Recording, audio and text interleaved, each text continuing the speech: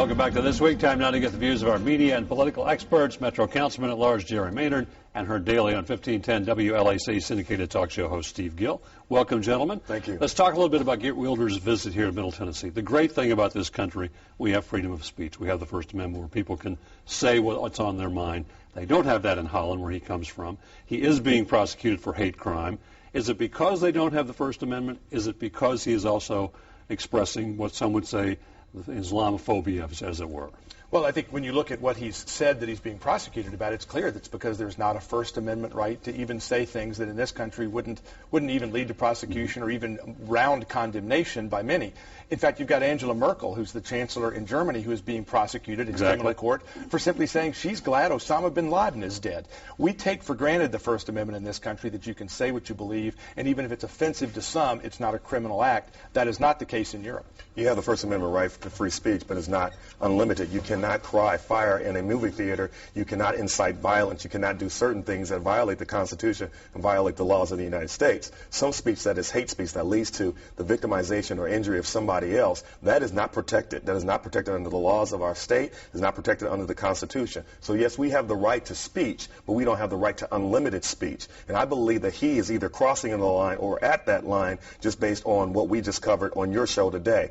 As a pastor, I'm a pastor and a Christian. I do not approve of someone saying that another religion is at the gate of Christianity. Jesus Christ did not teach us to hate those who have other experiences in other religions, but rather through love. By love, I draw all men, and we are to show through love to show them that there is a much better way, not by trying to say to them, you need to get out of our country if you don't adopt our values. I don't know what that means, Bob, adopt our values. Well, I think, though, that the difference is not what Jesus said, it's what the Quran says, what Muhammad says, and it is to kill the Christians, kill the Jews, if they do not submit and convert to Islam. And when you look at the peaceful and tolerant religion of Islam and look at it realistically, in Saudi Arabia, you cannot wear a crucifix, you cannot carry a Bible. There is no tolerance, and as you look today, just this week, with two terror attack plotters in New York plotting to blow up a synagogue, a 9-year-old boy beheaded in Thailand, 80 people killed in Pakistan, a guy rushing the cockpit on an American Airlines flight using peace and tolerance in connection with Islam is a lie. Well, in Christianity, let me tell you something. 3,000 African-American males were hung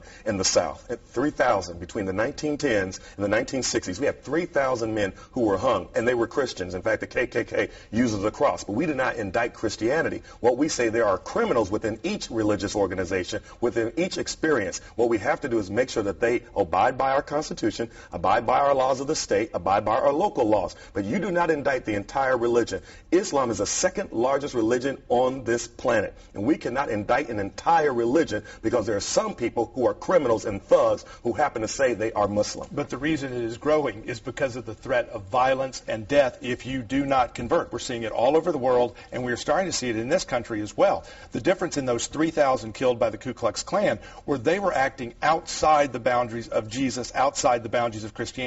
There was nowhere to point into the Bible and say, kill your fellow man in the name of Jesus. And yet when you look at the Quran, the Hadith, and the Sirah, that is exactly what it says. That's the distinction. And I would encourage people to get to know what the Quran says, what Muslims are told to do if they're going to be Muslims following what Muhammad did, which was kill if people don't submit. There is fear. There is concern. It's legitimate.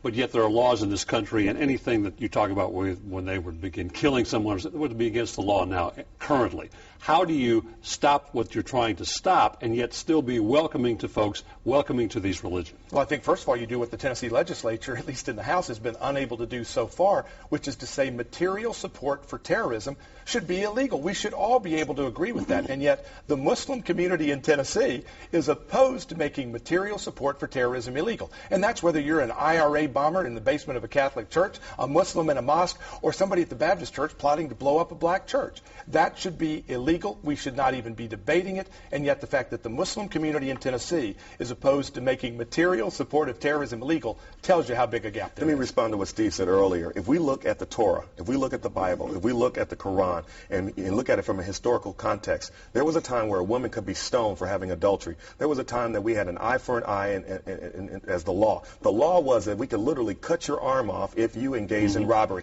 A woman could be stoned to death if she engaged in adultery. And so we know that in historical context, we then change our culture, change our behaviors. And what is happening is that Muslims are held to a standard of hundreds and thousands of years ago when the Quran was first written by Muhammad, and yet we don't hold Jews and Christians to the same standard, even though our Bible had a lot of stuff. Paul said in the Bible that a slave who is a slave should honor their master and should be okay with being a slave. For those persons who did the Underground Railroad, that would have been against the teachings of our own Bible. So you have to look at it from historical context. I've studied religion for 8 years before I became a pastor. And so you have to look at everything from its relevancy. And I cannot indict all Muslims because there are some thugs and there are some criminals in the Muslim organization, just like I cannot indict Jews and I cannot indict Christians. It's not a matter of indicting all Muslims. And again, I think, Jerry, you've missed the point. It is not we're going to hold them accountable to what happened 1,400 or 2,000 years ago. The problem is not that Jews and Christians might have followed a rule 1,400, 2,000 years ago that did that. It's that Muslims are following that rule today in the world. Where one of the women who was out protesting in Williamson County yesterday in shorts and a halter top, in any Sharia country, she would be stoned for her outfit. Standing next to a man who is not her husband, she would be stoned and killed today, not 1,400 years ago. That's the problem. Islam has not moved ahead because the Quran says this is the right behavior. How do you find the common ground? How do you find the line, though, between raising the concern, which is legitimate, and fear-mongering? Saying anybody who does this is to be feared. Look at the radicals who kill those persons who commit or who do abortions. We have Christians who are radicals who literally are bombing abortion sites, who are killing doctors who commit abortion. Those are Christians. Those are not Muslims. They're not practicing Islam. The way that you do it, Bob, is that in America, we respect the founders of this country who said you have the right to practice your religion because we left England in order to have the freedom to practice our religion as long as they abide by the laws of the land. That's the balance. It's not abiding by the laws of the land, though, when you're allowing honor killings, when you are doing the sort of things that Islam says to do even in our own country. And I think the distinction, again, is those killings, those bombings are not what Jesus prescribed. These killings are what Muhammad prescribes in the Quran. So a good Christian wouldn't do what you described, but a good Muslim, following what Muhammad says, is to be like me, that is to kill people who do not submit to your religion. Christianity reaches out to people with love, understanding. We would like you to accept the gift of Jesus. In Islam, it is, we will compel you to accept, and if you don't accept, we will kill you. That's what the Quran, the Hadith, and the Sirah say. So that's where the distinction is. Now, can a Muslim be a moderate person, a nice person? Yes, but not if they are following what the Quran tells them to do. The Torah taught one thing 3,000, 4,000 years ago. The Bible taught one thing 2,000 years ago, and the Quran taught something thousands of years ago. You have to put it in historical context. If we looked at the Torah, there are a lot of people who say, oh my God, I cannot believe they had those rules and laws in place at that time. Yet we don't practice those things now because the culture has changed. Our values have changed. The same thing with modern Muslims. What we have to do is we have to say and Steve is my brother, my dear brother, we disagree on a whole lot, but I still have to treat him with respect and dignity. That's the balance, Bob. I must treat those persons who do not agree with me in religious beliefs, I must treat them with dignity and respect like I want them to treat me with dignity and respect. Modern Muslims, Anwar al-Sadaqi is highly educated. Osama bin Laden, highly educated. Khalid Sheikh Mohammed, these are highly educated, modern guys using modern technology to kill because that's what the Quran says. They're still doing. I meant modern values and modern culture. That's what I meant. That's the problem. They haven't moved from 1,400 years ago. We have. A handful of them, not the entire Islam nation or the people who practice Islam. Not every Muslim, but if you look at the polls in Europe, which is where Geert Wilders is coming from, you look at the numbers of folks who say this is the way it should be. I would tolerate it. I would not report somebody who would kill in the name of Islam. The numbers are staggering in terms of the percentage of Muslims who say this is acceptable behavior. Would you agree with me? I cannot control the behavior of thugs and criminals, whether they're Muslim or Gentiles or Jews. Only person I can control is myself. And I believe that what America is at a crossroads. We have to leave it here. Jerry Maynard, Steve Gill, appreciate your time and your insight. We're far from over. Stay with us. This week continues in a moment.